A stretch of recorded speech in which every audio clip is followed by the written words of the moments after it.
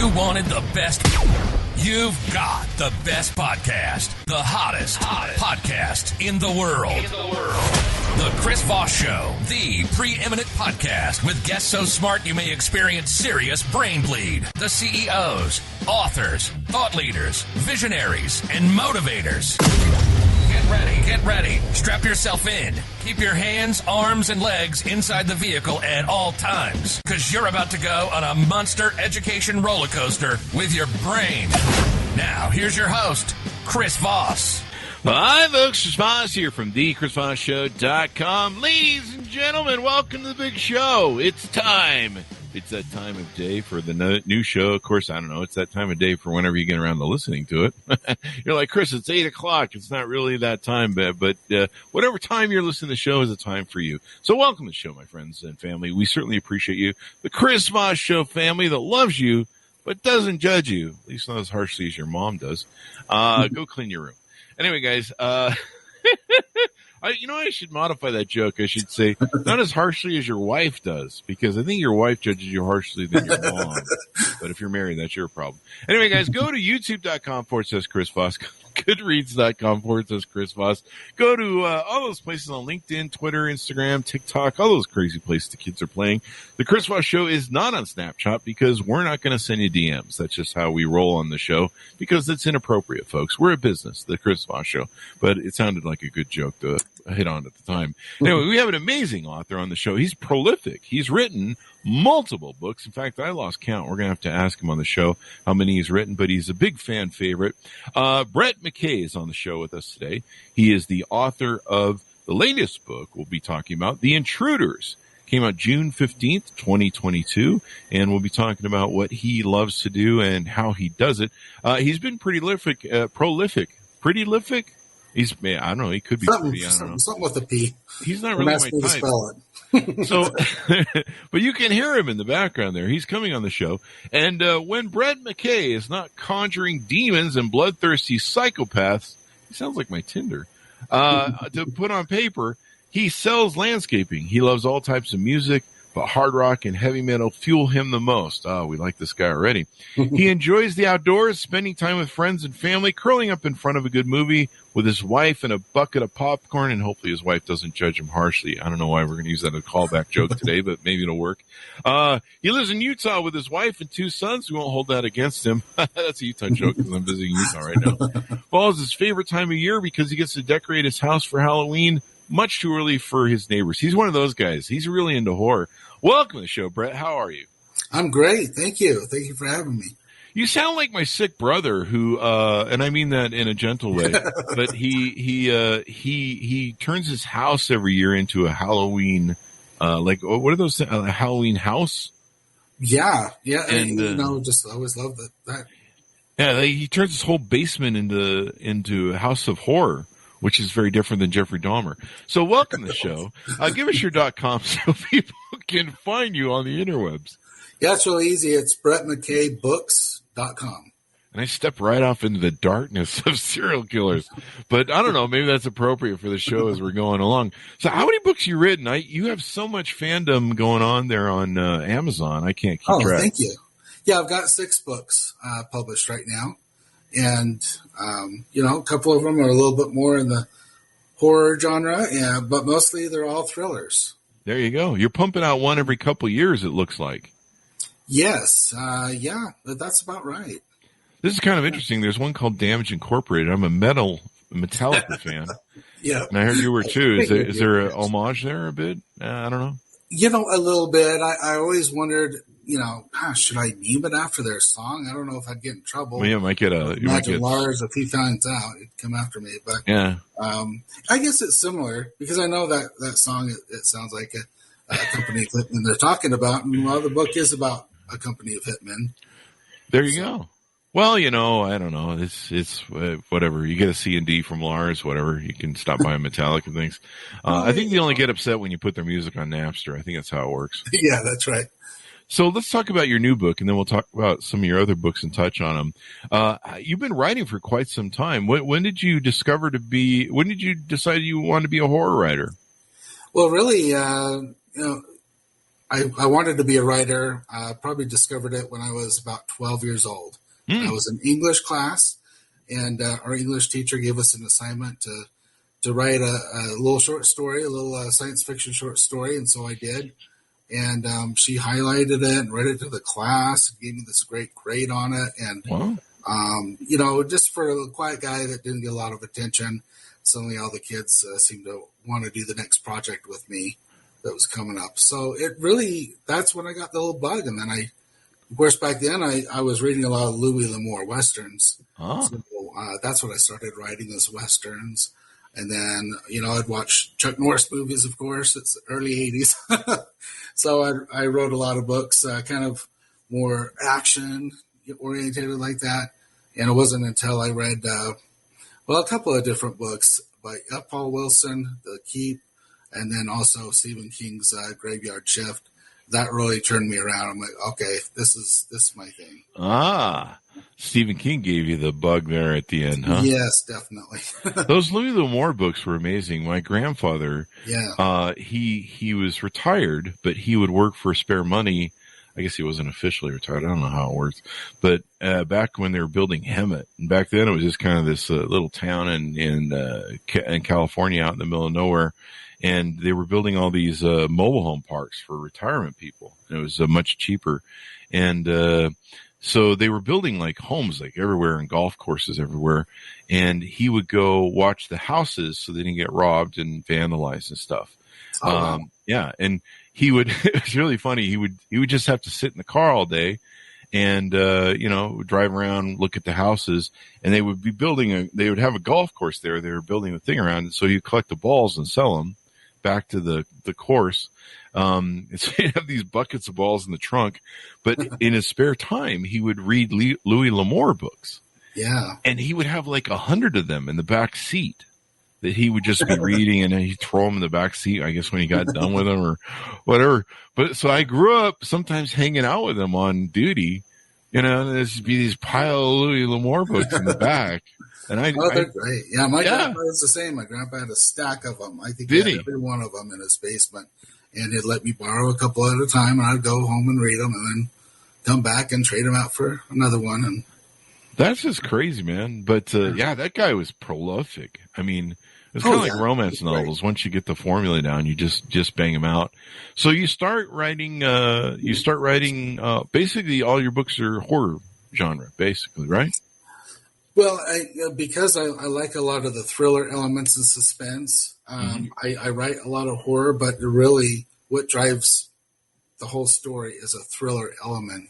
So I'm kind of changing around to go, well, maybe I'm more of a thriller writer with elements of horror. There you go. Yeah. Thrill and horror. I mean, that definitely goes hand in hand. Let's talk about your latest book so we can get that moved off the shelves. We don't want to take it off the shelves, but we definitely want to clean it off the shelves so they can redo it. There you go. So The Intruders, Pray They Don't Get In. That sounds like, I don't have a joke for that. That is the joke. Anyway, so tell us about this book, and is it a standalone book? Because I think I see a couple Damage Incorporated. It is a standalone. You know, the Damage Inc. There's a couple of Damage Inc. ones, and what's oddly enough, you know, if you read my books, you'll catch a little bit of a thread that's similar in all of them. There's a little bit of a connection, but it's not strong enough to, you know, all of them are standalone. That's how I like it. I like my books to be standalone. But I like little Easter eggs maybe in there that go, oh, hey, this kind of connects to that other book a little bit. So I like to do that. And so, give us an overview of the plot of this book. You can't, of course, give us too much because it's the novel, but right. But give us a rundown. Well, it's about a normal family. A normal guy he's trying to make it. He's lost his job, and so he's working as a car salesman. Not doing very well at it, and then he runs into this dark stranger, kind of scoping him out at work, kind of creeps him out. Then he comes home, and there's a weird package delivered to him, and he doesn't know what that is, and he doesn't open it yet. But later that night, a group of armed men break into their house, and they kidnap all of them. They take him to an underground bunker, and now he's being questioned and tortured about things he knows nothing about. So once they finally figure out that they've nabbed the wrong guy, they're just going to set all of them to be executed. And so now he's got to figure out a way to escape or run away from them. Meanwhile, kind of unravel the mystery of who are these intruders who happen to have a supernatural ability that's pretty terrifying. Yeah, that's pretty scary, man. The intruders. Yeah. So, who did you base was there anybody in your personal life that you based the characters on? Any movie stars you based the characters on, or? Well, there's a lot, I think, that goes into the inspiration for a lot of my books. I like the movie The Thing is one of my favorites. Oh, yeah. What a classic, right? This one definitely has a lot of elements of that to it. So if you like that, you're going to like this book. This book also, it just moves. I just wanted a book that just started with like a crack of fire and just goes off and doesn't stop. And so that was the main thing of this book. And of course, the main character, it's a guy and a wife and 2 boys. So somewhat like me. Oh, there you go. I was a car salesman at one point when I was trying to figure out where I was going to go in life. I was a car salesman, and that's really about the time when I came up with this idea. And, there you go. So there's some insight you have the car business that you could pull off of and all that stuff. Yeah. And this one was fun because Amazon started this new Vela platform where you can submit for and put out an episode at a time. So it's a serialized novel that comes out an episode at a time. Oh, and wow. then you also put author notes at the bottom of it, at the end of each one.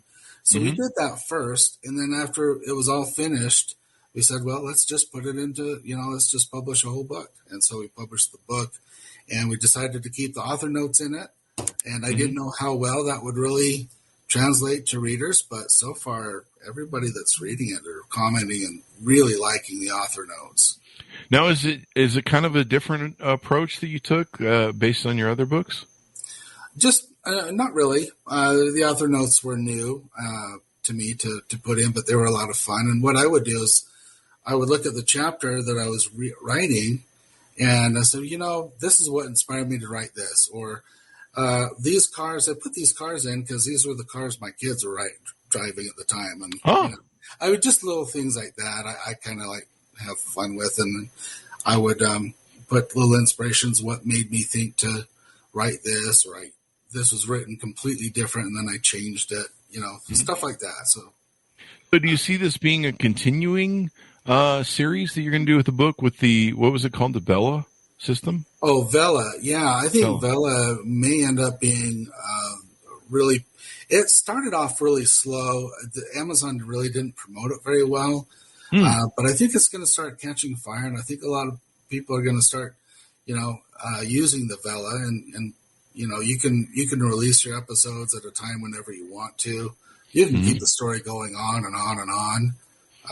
So whatever you want to do with it, but it's a pretty cool little platform, and you end up buying tokens.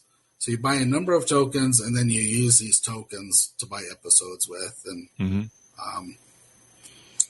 I think that might be that's pretty darn cool. Sounds kind of like gaming for, how you buy stuff in gaming, like the token thing. That's kind of interesting. Oh, right. Yes. Yeah. Kind of like gamification of where games sell stuff and stuff. There's so many great authors like yourself that they just write these books, and they're really prolific. I took 52 years to write my first book. And so I guess at the pace I'm going, it's going to be like 102 when I do my next one. But, a system like that, we have authors on the show. They've written 50, 60 books. There might be one that's broken the 60 barrier. I'm not sure, but they come back about every 4 months on the show, not 4 months. It's 6 to 9 because the publishers take time to put their stuff together. But I think they're writing a book about every 3 to 4 months when they write it, and then it comes out. That's about right.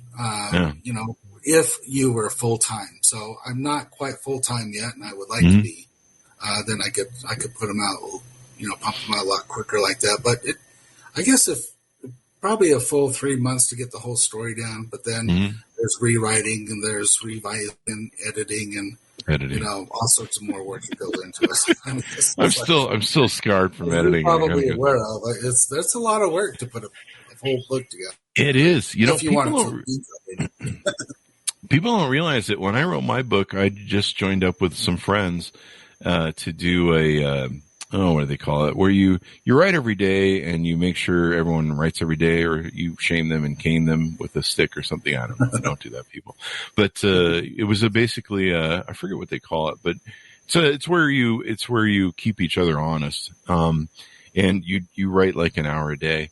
And we all were intending to write books, and I just caught fire with it after about, I don't know, a couple weeks of just getting in the habit. And then, but by the end, everyone had dropped out of about 6 people. And, I think they're still working on theirs, but, it's hard. It's hard to write a book. Like, people don't realize how hard it is. And that's kind of why when I first became an author, everyone was like, "Oh, you're an author now." And you're like, "Yeah." And then you realize how hard the damn thing is, and people respect it because, whatever. I'm still using it to pick up chicks on Tinder. Anyway, how's that going? I don't know, man. It's a weird place. I'm 6'1", so that helps. Evidently that's kind of the breaking point for what the girls are searching for on the things. But lots of Tinder jokes and wife jokes today, I guess. So he's abducted by armed men. Can you tell us if these are aliens, or do you want to keep that a secret? I don't want to. I can talk about it because I really didn't want it to be an alien book. It's just been overdone. I wanted it to be something completely different. And really, I don't know if I want to explain exactly what they are or where they come from, but it's definitely not. It's not from this world, but it's not from like outer space. Okay. It's more like from a parallel universe. Oh wow, that tells us something there. Parallel universe. I got chills down my spine when you said that. I don't know why, but that sounds really creepy. And so you wrote the book. Do you anticipate making this a sequel, or are you going to see how it rolls out? Or yes, I ended it leading off into a sequel, which maybe now I'm kicking myself because that means I'm going to have to write it. Now you have to write it. Well, you can hop around. I've already written another book that's completely different. That's a standalone, and I'm working on a new one now that's completely different. So I haven't gone back yet and written a sequel for it, but I will. Yeah. It's a fun story. It's fun to get back into. So. One of a lot of the authors we have on the show that are really prolific, they've written, like I said, 50, 60 books. What they'll do is they kind of have these different, leads that they run. Like, there's Bob McKay or, whatever the name of their character is. And then it's kind of like Bond. They do different books on them. In fact, we have the Bond writer on the show.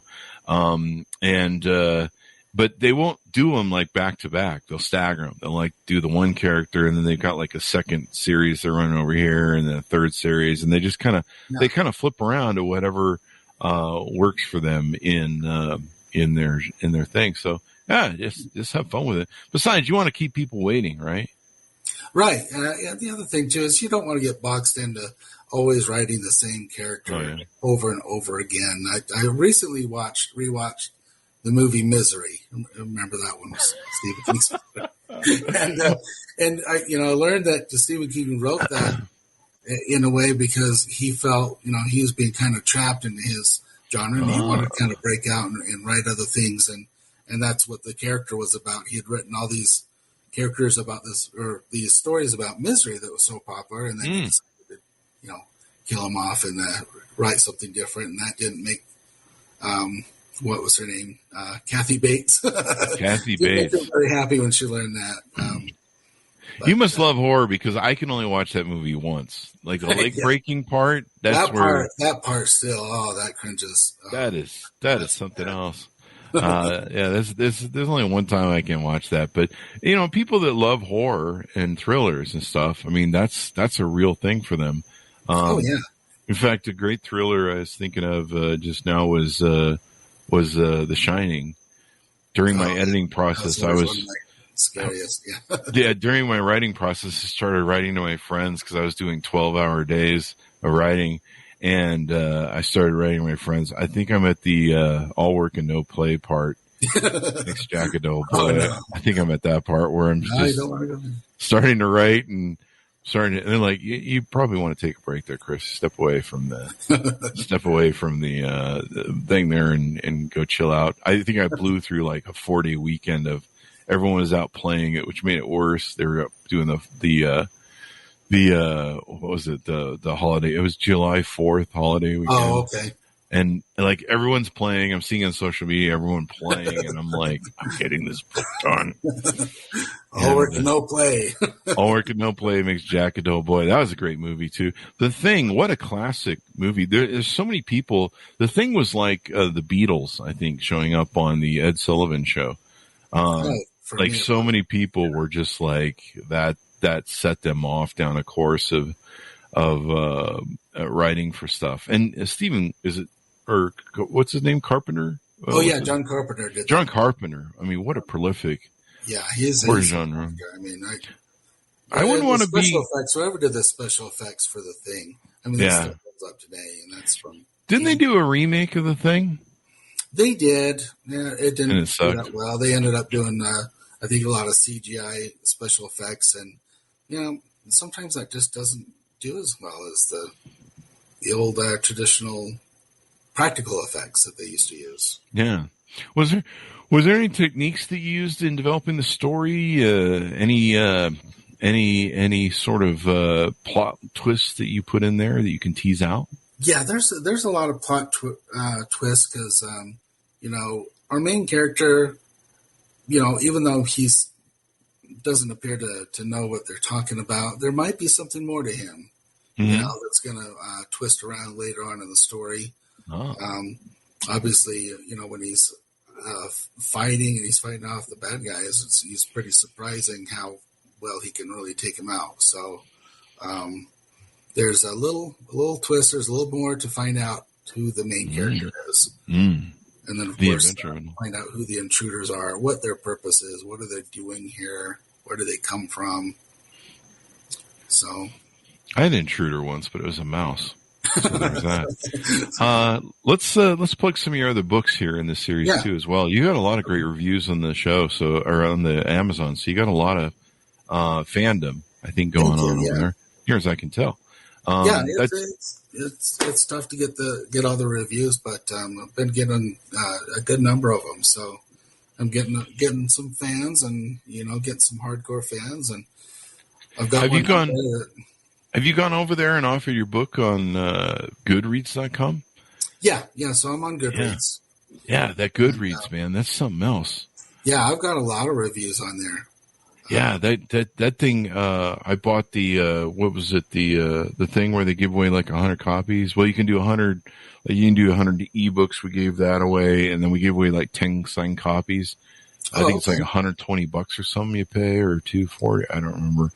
I think there was 2 different versions we did, but we did that under the recommendation from one of our friends who does a lot of romance novels, and she's got like 30 or something.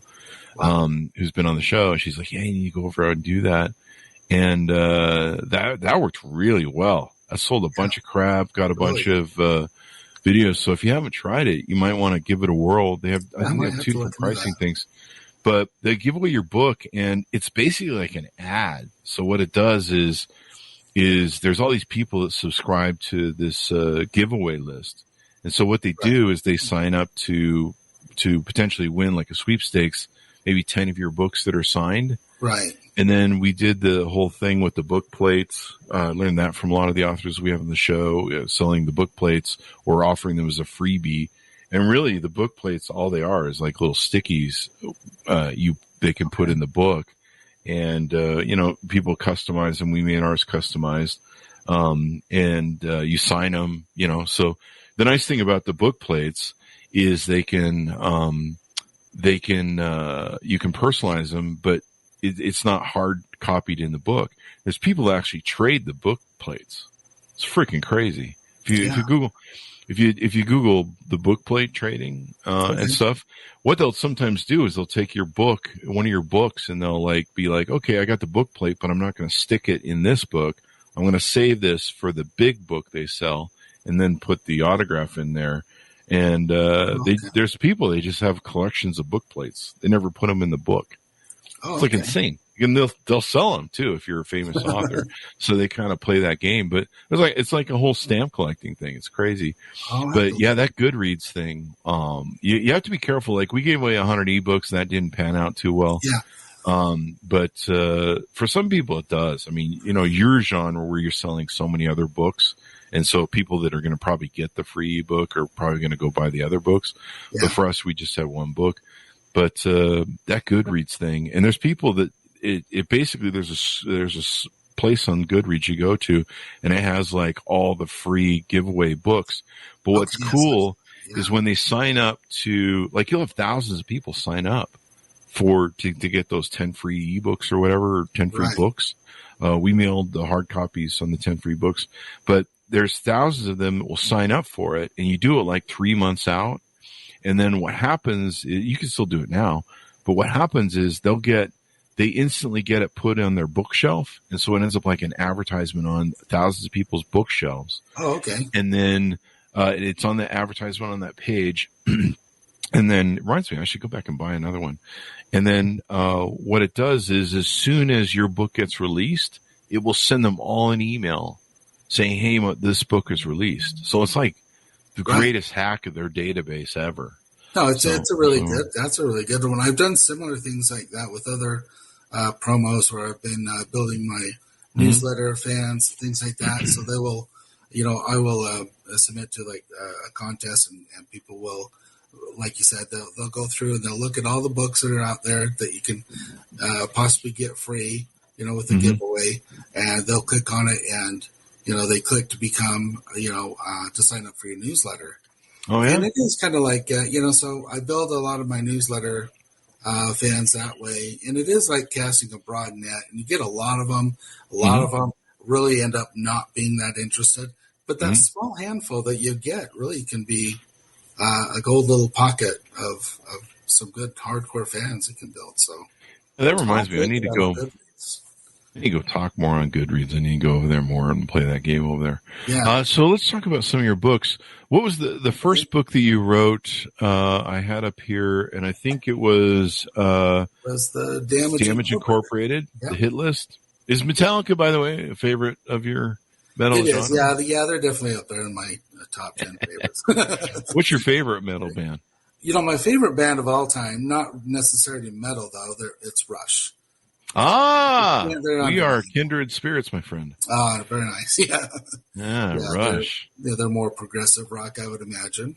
I'm still getting over Neil Peart's death. I still, that hurts. Yeah, it really hurts. What's your thoughts on this? I know we're kind of a little off topic, but I mean, people, Rush fans out there in the audience. We have a lot of Silicon Valley nerds. Would you still like to see Geddy and Alex play together? I would. Yeah, I think they're incredible. Both of them have done their own solo projects, and I like them. They're just too good of artists just to, not keep playing and not keep writing. I saw something, I think it was yesterday, Mike Portnoy, he's another fantastic drummer, that said, of course I would love to join those two and be their drummer, but I don't know that I'd ever want to see Rush again. They'd probably have to put a different name on it. I'd be fine with calling it Rush. Would you? I would. I just want to see them play him. Yeah, I mean, that's all we care about. I mean, be an homage to, I mean, it's still, I don't know. I hate that whole thing where it's like, well, we can't play together anymore. It's like, no, come on, man. I mean, they were really, I mean, Neil Peart was a great drummer and a great lyricist. Right. But most of the music came out of the two of them. Right. Alex they would write the music. They'd write the lyrics. You're right. You're absolutely right. Yeah. And I think Neil Peart would probably be fine with if the right person was to. I don't agree with you. Their solar projects are kind of okay. That recent one from Alex is. Yeah, that's. I love you, Alex. A really I'm sorry, man. dark Please. one on that one too. That was really surprised me. Yeah, I was like, I don't know. I listened to the single and I'm like, man, stick in your lane, stay in your lane. There you go. You're a rocker, man. But, it's so, I think I feel mostly scarred by it because I skipped the last tour. I just wasn't feeling up to it, or something was going on. That was me too, and now I regret. And I thought, yeah, I'll just skip to the next one. And I knew Neil was having problems with his arms and stuff. Yeah. And Alex had arthritis problems. So you start Damage Incorporated, right? And you've written 2 books in that series. Is that correct? Right. Yeah. So I wrote the first one and seemed to do really well. A lot of people liked it. A lot of people wanted to hear something more, and it's definitely a concept that's a lot of fun to stretch out and do more with. Just recently, just for fun, I wrote a short story that's in that Damage Inc. world, and that turned out to be a lot of fun. So I might put that somewhere. I don't know where I'll put it yet, but yeah, that world is fun, the Damage Inc. world. How do you go through a process where you force yourself to write every day? Some writers do that. They're like do an hour a day. I would like to. I try to, and it's just hard. The weekends are the easiest part for me, and it just becomes kind of a ritual that I've kind of made it a habit to get some writing done. But then also I'm trying to do marketing, and that's rough. The marketing is hard, but you just got to build it and play all the platforms. Like you just signed up for LinkedIn. LinkedIn's a great platform for stuff to build and talk on. People actually have money over there. We were telling that joke earlier. I'm not sure there's a lot of people with money on Snapchat. But they do have a lot of pictures, I guess. Lots of Snapchat jokes today. Yeah. But I like the lead on this, or the byline on this. Death is only an end. Getting there is the fun part. Everyone should take that attitude in life, right? Yeah. Yep. Yeah, I kind of like that, because and that's what's fun about these books. They are thriller and horror, but if there's a little bit of a subtle humor in it, like it's just kind of having fun with, because, what you do is you go to this damaging company, and, if you want someone taken out, or maybe you just want revenge for whatever reason, they can make anything happen, and they summon up these demons from another world to go out there and take out whoever you want. And they'll bring out their worst fear in them and make them come alive and take them out that way. There you go. It stretches the imagination a lot, which is fun to come up with these different creatures and demons and different ideas. Like, what really scares people? You can get into phobias like snakes and spiders and things like that. The phobias there. Yeah. So there's a lot of fun with that. Does your wife like reading your books, or do you scare her with all the snakes and spiders? No. She's read some of them, and she does like them. But and I know my mom has read every one of them because she's my mom, and I know that's not what she likes to read. And there are some that I have to give her a little warning with first. Like, there you go. That was the thing. I'd be worried about being married to a thriller writer, because I'd read like some of the stuff in the book, and I'd be keeping one eye open at night on you, going, I don't know. They got. I just want to be careful. I don't write something about someone demented and takes out their wife. Yeah, killing the wife, or something like that. I could never date someone who like watches CS or CSI shows all the time, because you're really planning something. You're just looking for the right method to do it and trying to get away. I think that's what most people who watch CSI shows doing. They're just trying to figure out a way to off a spouse. And they're just trying to figure out how to do it without getting caught. And me, conversely, seeing people get caught on CSI makes it go like, well, you probably should never kill somebody, because they do always catch you. So don't do that, folks. Exactly. Yeah. And I'm not smart enough to do anything like that. As a matter of fact, writing a good mystery novel, the whodunits and those kind of things. I take my head off to some really good writers that can do that really well. But that's intelligent writing, and even though mine have some mystery in it, it'd be hard to kind of write something like that. Of course, I have a friend that always tries to get me to write romance too, and Maybe you could do a horror romance. Every time I try to do a romance, someone's head gets cut off and it goes great bad. So, well, there you go. So, what you could do is this even a genre, romance horror? I don't know, but maybe that's. I could give you some off my Tinder. I got some tales. I've been single all my life. I can give you some horror stories. I haven't cut anyone's head off, but there's still time. Right, I just triggered all the FBI warnings. Okay, we've had them on the show. They know us. Let's see. The death is only an end. Getting there is the fun part. That brought back. That reminded me of the Dire Straits song "Heavy Fuel," where he says, "I'll write my suicide note on a $100 bill." That brought that back for me. Let's see what else. What are some of the other books that we have? So up here on deck? One of the more popular ones is The Other Side of Elsewhere. That's this one right here.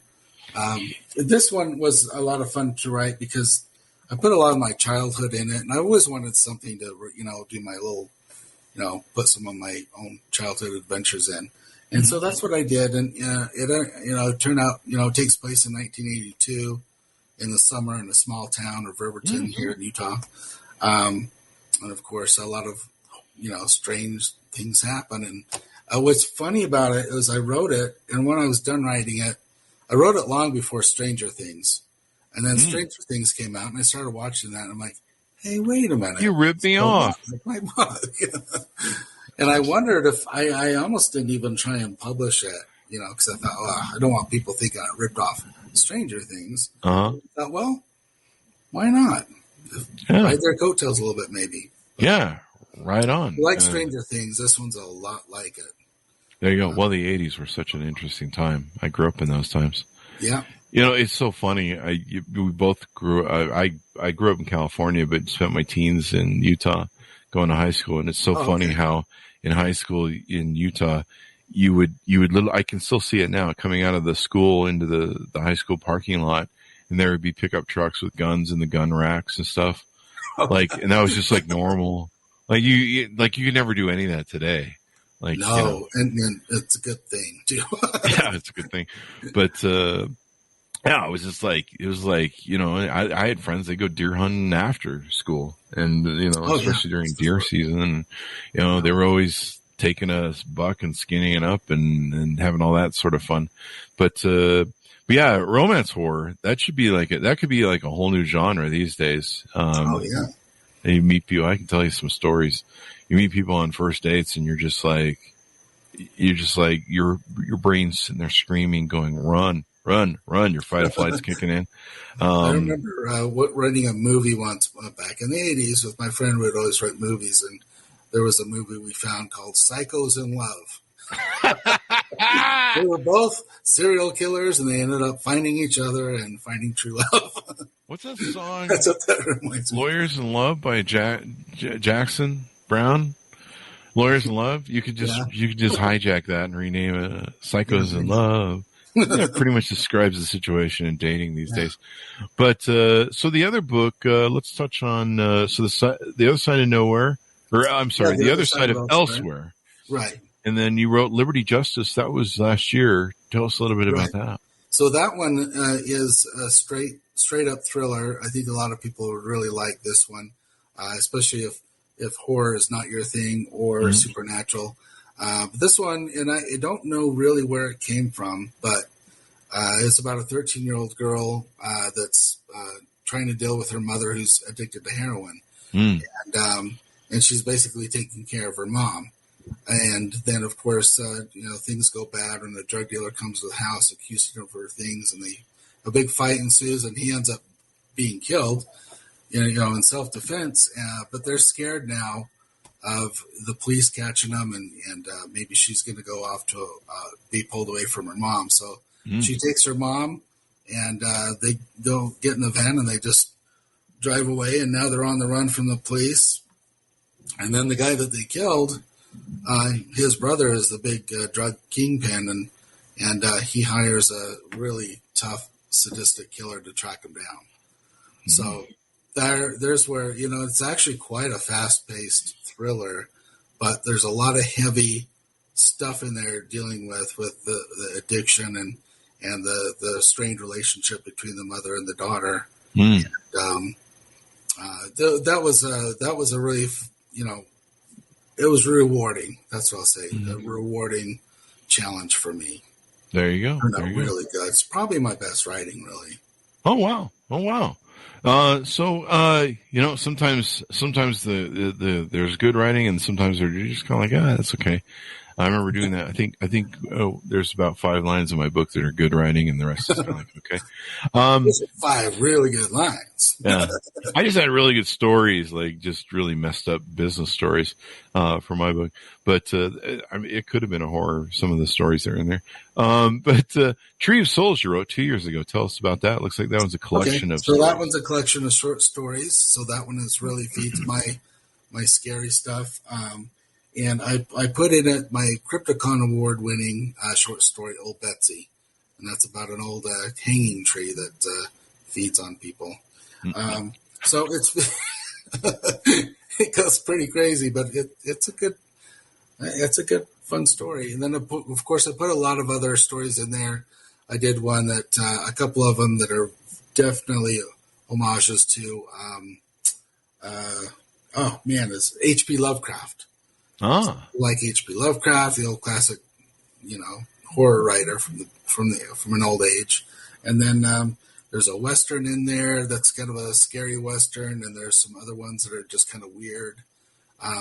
So that was a lot of fun because short stories, I just love short stories because a novel is so daunting to write, and it takes so long and so much out of you. But writing short stories can be a lot of fun. Yeah. So I just wanted to throw this together and put it together. And, the cover, my son is an artist, and so he did the cover for me. Oh, wow. The tree. And those are all the faces. Oh, those are faces on the tree. Yeah. I didn't see that in the little picture. Wow. Yeah, his artwork turned out just incredible. Scary. Scary. I noticed you won some awards on your website. 2021 Writer's Digest Award winner. Writing competition. Right. Yeah, that one actually, I won for the same story. The Old Betsy won that one for me. There you that go. Little short story is kind of the little short story that could. There you go. That's also the one that won me the Crypticon Award. And you've done some screenplays too as well. Yeah, I did some screenplays. I got in a period where I was really writing a lot of screenplays and submitting those, and I had an agent at the time that represented screenwriting, but she ended up having to retire. She got really ill, and she lost a son, and she just ended up having to retire. And so my scripts didn't ever go anywhere, and I just kind of put those on the shelf.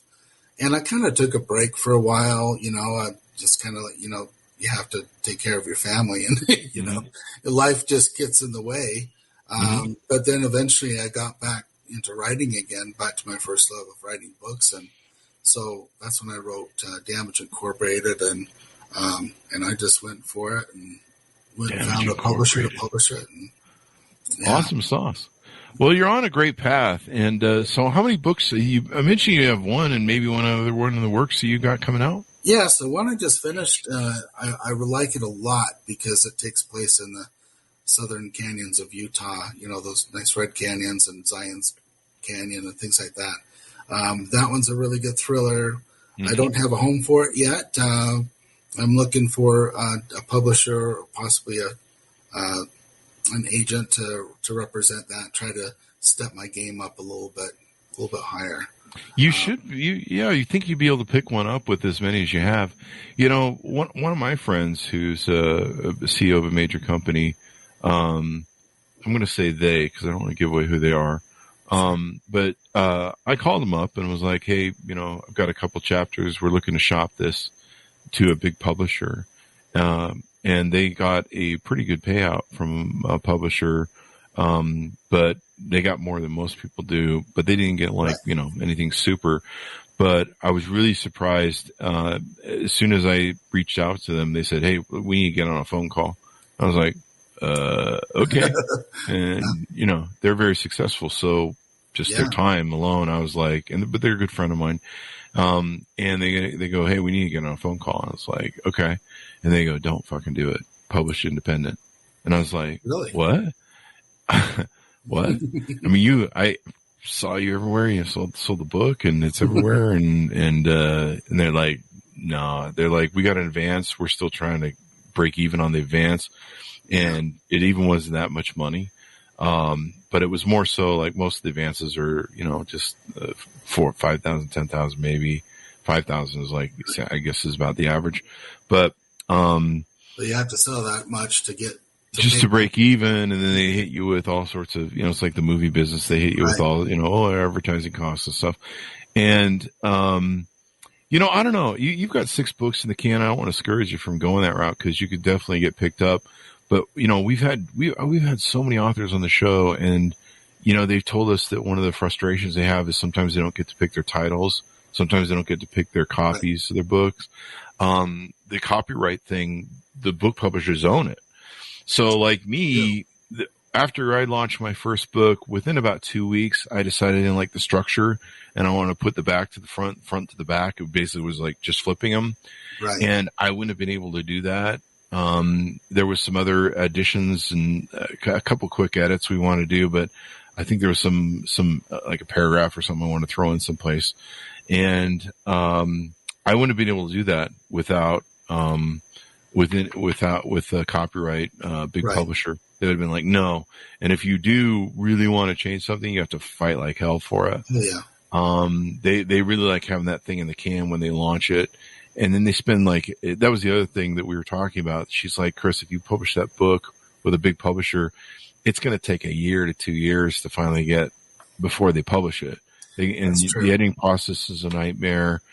If they cut your book up, you're going to have to rewrite it for them. I mean, they literally have control. Right. And, so it's not all it's cracked up to be. Yeah. And then the time was like huge. I mean, even my writers that write every 4 months and come on the show frequently, they've been on like 4 or 5 times now. They write in 3 to 4 months but it takes like 1 year to get the book out. And so it's kind of frustrating. I think that's why they write every 4 months, so they can just keep the book jamming out. Stay ahead of it. Yeah, the publishing house I'm with, it's Red Adept Publishing, and they're an independent publisher. And they've been great because before I ran into them, it was just me trying to do whatever I could do. But when I got with them, there's 60 other authors with that publishing house. And now we're all on Facebook and we're friends and we talk back and forth. We help each other. We read each other's work. I've learned so much from the other writers and from my publisher and editors that I never would have learned on my own. So they've been a really good house to be with. But you're right. The publisher owns the book when you sign that contract. And I can't just go and change the price and put it on sale or anything like that. I do have three of these books we just talked about are self-published. And I did that pretty much just because I wanted to. I want to try and test my waters that way versus the other. I think still my books that I've published through Red Adept have earned me more than the self-published ones. But well, that's good. That's good. Doing the ARC thing too, the advanced reader copies, we get them all the time from the big publishers, the ARC copies, sometimes 6 months in advance. There's some we have kicking around here that I'm like, you ever going to publish that damn thing? And then they'll send us like a different copy or a different cover. And you're just like, man, you guys are just working on that one. But the ARC copies, for reviews and friends and getting that to drop so that you can get everybody to, that's the other thing about that Goodreads thing. When it drops, you'll have people that will jump in and do the reviews on the first day. And I think you can send them, when your book drops, you can send them a massive, like newsletter through Goodreads. It says, hey, the book's dropping. Please go do reviews. I love you forever, that sort of thing. But yeah, it's really, building that fandom, building, thing. It looks like on your website here, we should probably plug, people can join your newsletter so they can keep updated on what you've got going on. Yeah, I send one out monthly, and sometimes I'll throw a little short story in there for free or some little contest or, something that, or just, I like getting feedback from people too. Sometimes I'll put fun little tidbits in there and maybe reviews of other books I've read that I like. You know what? The other thing you could do, since you know a lot of other people in the genre, you could put a podcast together. I know I'm kind of partial here, but I know the power of them. You could have other authors on, and people in that genre, they're really addicted to it and they love it. They really are. They're like a Rush fan. Yeah, and so they'll consume the books and. So, having other authors on that are horror writers or thriller writers and that whole genre. Anything more we need to know about what you're up to and what you're doing and how you do it? Really just, not too much. I just love it for people check out my books. I will, that's another thing about getting on my newsletters. Those people always get my arcs first. Those people get free reads all the time. Oh. Those are people that I will give all that kind of stuff to, and so anybody that likes my writing, that's a good place to start. There you go. Follow me on my newsletter. There you go, guys. Order up the book wherever fine books are sold. Yeah. You can go check that out. The newest book, like The Intruders. The Intruders. A lot of creepy people. The Intruders. Yeah. Sounds like my Tinder profiles. I'm just kidding.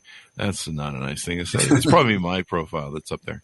Anyway, July 5th, 2022, if you're watching this 10 years from now, The Intruders is out. You can order it. And by then, you'll probably see that Brett has put out a ton more books and become famous. So that'll be awesome to see. Thanks for coming on the show, Brett. We really appreciate it. Well, thank you so much, Chris. This was a lot of fun. Thank you. And thanks, Mounties, for tuning in. Go to youtube.com/Chris Voss. Oh, give us a plug one more time on your website, too, so we get that in at the end. Oh, definitely. What's the .com on that? Oh, sorry, you just had me to do. It's www.brettmckaybooks.com. There you go. Check that out. Order up the books and get to know him much better. I'm sure you're going to see more from him.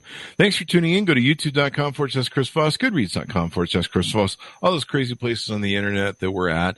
Thanks for tuning in. Be good to each other. Stay safe, and we'll see you guys next time.